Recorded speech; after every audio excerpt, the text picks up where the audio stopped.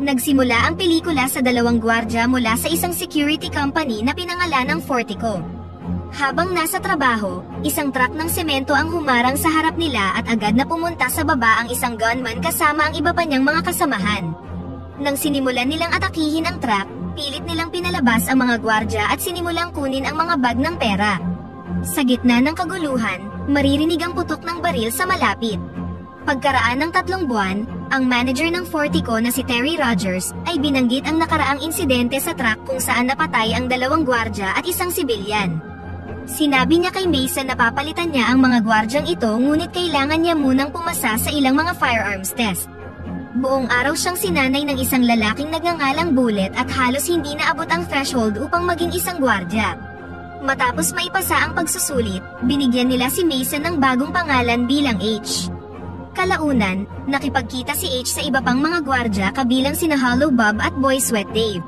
Sinimulan nila ang kanilang unang drop-off kasama si H at tulad ng inaasahan, naging maganda ang kanilang operasyon at ang lahat ay naaayon sa plano. Kinabukasan, nasa trabaho si H at kasama niya si Dave. Hindi nagtagal, pilit silang pinapahinto ng ilang armadong kalalakihan na nagsasalita sa telepono dahil bihag nila si Bullet. Inutusan nila si H na itapon ang mga bag sa likod ng pickup truck ngunit sinadya niyang ihulog ang isa sa lupa. Nang lumabas ang isa sa mga armadong lalaki, itinapon ni H ang isang bag ngunit mabilis niyang binaril ang lalaki sa ulo. Sunod niyang pinaulanan ng bala ang iba pang mga gunman at pinagbabaril sila nang walang kahit isang mintis. Pinatay niya ang bawat isa sa kanila bago hinabol ang kanilang pinuno. Pumunta siya sa kalapit na gusali at nagawa siyang makorner ni H bago pinasabog ang kanyang utak. Ang mga aksyon ni H ay masusing siniyasat ng manager na si Terry, at sinabi sa kanyang mananatili siya sa mesa nang hindi bababa sa 1 buwan, ngunit ang CEO ng Fortico na si Blake Halls ay pinuri si H at sinabing dapat siyang mapromote. Pagkatapos nito, ipinatawag siya para suriin ang ilang footage sa nakaraang pagnanakaw upang makita kung tila pamilyar sa kanya ang alinman sa mga armadong lalaki sa video. Nakatingin siya sa isang partikular na gunman, ngunit sinabi niya sa iba na walang pamilyar sa kanila. Sa sumunod na eksena, ipinakita ang 2 agent na nagtatrabaho para sa isang lalaking nagngangalang King, at inisip na si H ang makapagtuturo sa kanya sa mga lalaking responsable sa unang pagnanakaw. Sa sumunod na araw, pinuri ng ibang mga gwardya si H para sa kanyang kabayanihan. Nagpasalamat si H sa kanila at agad na dumiretso sa trabaho. Naging normal lang ang lahat ng operasyon hanggang sa lumipas ang 3 buwan. Habang sina Bullet at H ay nasa kanilang ruta patungo sa isang delivery, hinarang sila ng isang nakabisikleta at pinalibutan ng mga lalaking may dalang baril. Naglagay sila ng smoke device at pilit na ibinaba si Bullet mula sa truck. Gayunpaman, nang lumabas si H at ipinakita ang kanyang mukha, lumalabas na tila kilala siya ng mga gunman at nagmamadaling umatras. Nang makabalik sa headquarters, hindi maintindihan ni Terry kung bakit iniwan ng mga armadong lalaki ang pera sa pamamagitan lamang ng pagtingin sa mukha ni H.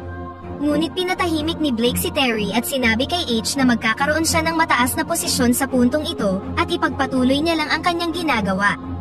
Samantala, makikita si Bullet na nakikipag-usap kay Boy Sweat Dave at sa tingin niya ay may itinatagong lihim si H. Kinagabihan, palihim na pumasok si H sa bahay ng isang babaeng gwardya na nagngangalang Dana. Ngunit nang makakita siya ng isang stack ng pera sa kanyang apartment, sinimulan niyang tanungin ang babae. Nagpaputok si H ng ilang bala upang takutin siya, at ibinunyag na ninakaw niya ang ilan sa perang yon mula sa isang trabaho ilang buwan na ang nakakalipas. Ipinakita sa kanya ni H ang larawan ng kanyang mga magulang at nagbanta na kung nagsisinungaling siya sa kanya, siya at ang kanyang pamilya ay sasapit ng malaking kaparusahan. Bumalik ang eksena 5 buwan na ang nakakaraan. Kasama ni H ang kanyang anak na si Doggy at bumisita sila sa States habang nagbabakasyon. Hindi nagtagal, nakatanggap si H ng tawag mula sa kanyang dating kasamahan sa trabaho na si Mike, at sila rin ang grupong tumakbo nang makita ang mukha ni Mike kanina. Humingi ng tulong si Mike para sa isang trabaho at sinabing hindi niya kailangang direktang masangkot sa operasyon. Nang matapos ang tawag, nagmaneho si H kasama si Doggy malapit sa isang pantalan kung saan nakatakdang maganap ang robbery, at ang kailangan niya lang gawin ay sabihin kay Mike kung saan papunta ang sinasabing truck. Habang kumukuha ng pagkain si H para sa kanyang sarili at kay Doggy, ang mga lalaking nakasakay sa truck ng semento na nakita natin sa simula ng pelikula ay nagpakita upang gawin ang robbery. ang isa sa mga gunman ay inutusan si Dougie na lumabas ng sasakyan. Nakita ni H ang nangyayari at tumakbo papunta sa kanyang anak, ngunit ang gunman na may peklat malapit sa kanyang mata, ay pinagbabaril si Dougie bago pa siya mailigtas ni H, at paulit-ulit din niyang pinagbabaril ang ating bida. Matapos ang insidente, nakoma si H sa loob ng halos 3 linggo, at nang siya'y makarecover, ipinaalam sa kanya ng doktor na patay na ang kanyang anak. Pagkatapos ay nakipagkita siya sa kanyang dating asawa na si Jane, at sinisisi niya si H sa pagkamatay ng kanilang anak. Nang tuluyan ang gumaling si H, nakipagkita siya kay Mike at sa kanyang mga kasamahan. Lahat sila ay nakaramdam ng responsibilidad sa nangyari kay Dougie, at sumang-ayon na tulungan si H para hanapin ang lalaking gumawa nito sa kanya. Tinanong nila ang ilan sa mga kilalang kriminal na grupo, mula sa isang team patungo sa susunod, hanggang ang isa sa mga lalaking ini-interrogate nila ay ibinigay ang pangalan ng isang magkapatid na kriminal. Itinuro si H sa isang gusali kung saan sangkot ang magkapatid sa bawat posibleng karumal-dumal na krimen. Ngunit nang wala silang nakuhang impormasyon mula sa magkapatid, agad silang pinatay ni H. Lumalabas na nagtrabaho lang si H sa Fortico upang maipaghiganti at mabigyan ng hustisya ang pagkamatay ng kanyang anak.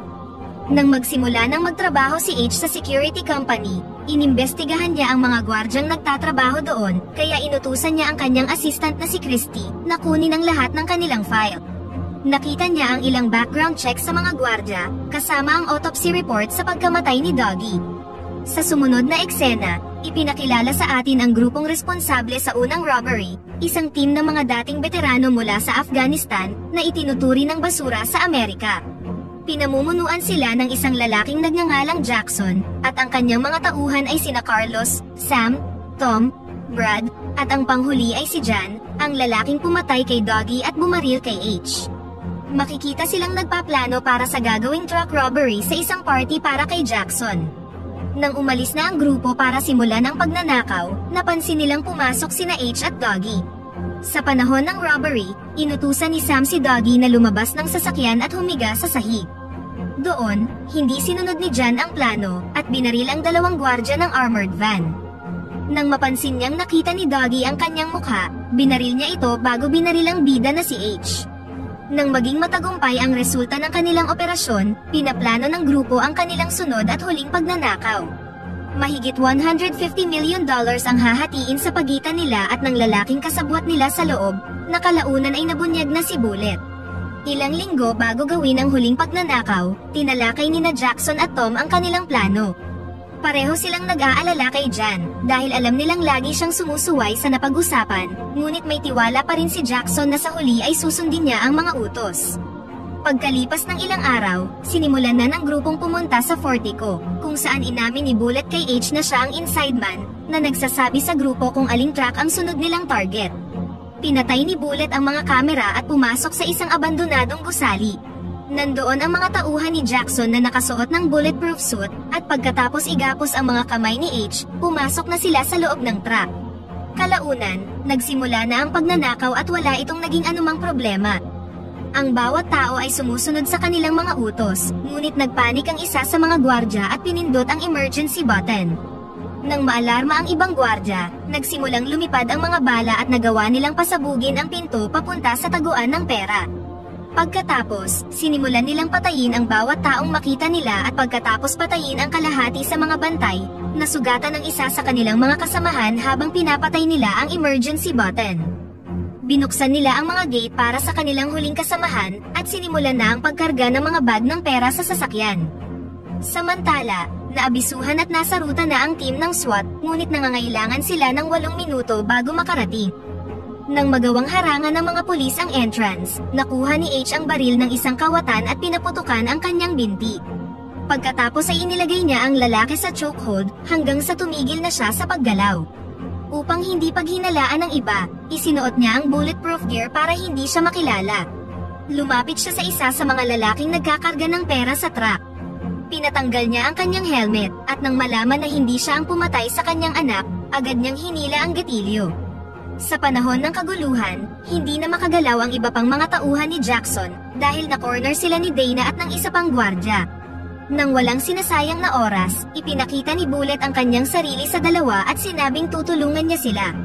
Ngunit nang binigyan siya ng baril, agad niyang pinatay ang walang kamalay-malay na mga gwardya.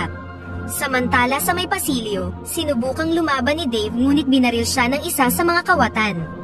Nang pilit na pinapalabas si Terry, nagpakita si H at nagkaroon ng matinding labanan sa isa sa mga tauhan ni Jackson. Nagkaroon siya ng matinding sugat ngunit sa huli, nagawa niyang patayin ang salarin. Kinuha ni Jackson ang sugatan nilang kasamahan at nagtungo na sa kanilang getaway car, ngunit sinimulan silang paputukan ni H ng automatic rifle. Samantala, nagawang makabangon ni Dave at pinaputukan ang sugatang kawatan at napatay siya. Nang marinig ni H ang isang click sa kanyang likuran, binaril siya ni Bullet at nawalan ng kakayahang makagalaw.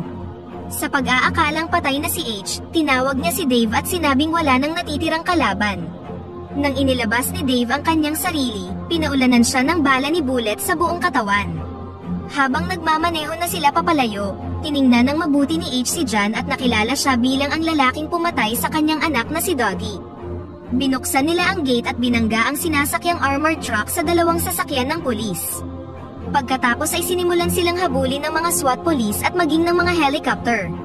Matapos makakuha ng kaunting pinsala ang kanilang sasakyan, pumasok sila sa isang gusali at sinaraduhan ang entrance sa likod nila. Dahil meron lamang silang 5 minuto para makatakas, plano nilang dumaan sa isang underground access tunnel na hindi alam ng publiko. Lumalabas na nasugatan ng husto si Jackson, matapos siyang matamaan ng bala sa kanyang leeg. Nang kailangan na nilang iwanan ng truck, pinatay na ni John si Jackson. Dinala nila ni Bullet ang mga bag ng pera sa isang elevator at pumunta na sa underground tunnel. Isinakay nila ang mga bag sa quad bike at nagmaneho ng 3 milya papunta sa isa pang sasakyan. Nang ma-realize ni Bullet na isang traidor si John, sinubukan niyang patayin ang kasamahan, ngunit naunahan siya nitong kumilos at binaril siya sa ulo. Pagkatapos, nagpatuloy si John dala ang lahat ng mga ninakaw na pera at dahil sa daan-daang tunnel na maaari niyang takasan, hindi ito kayang i-cover ng pulisya ng sabay-sabay, kaya't matagumpay na nakatakas si John sa kanila. Pagkatapos ng ilang oras, nakaupo si John sa isang apartment, dala ang lahat ng pera. Hindi nagtagal, nakatanggap siya ng tawag sa isang telepono mula sa loob ng bag. Biglang lumitaw si H sa kanyang likuran, at ibinato sa kanya ang autopsy report ni Doggy. Nagpanik si John ngunit tiningnan niya pa rin ang loob nito. Sinimulan niyang basahin na binaril si Doggy sa kanyang atay, sa baga, sa spleen at sa puso. Tiningnan ni John ang litrato ni Doggy, at naalala si H sa sahig na nakatitig sa kanya. Nang hindi nagbibigay ng babala, binaril ni H si John sa atay, at pagkatapos niyang mamilipit sa sakit, sinunod niya ang kanyang baga. Pagkatapos ay naalala din ni John ang anak ni H sa sahig na nakatingin sa kanya.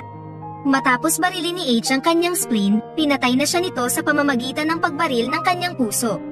Matapos maipaghiganti ang kanyang anak, umalis na siya sa apartment at sinalubong siya ni Agent King.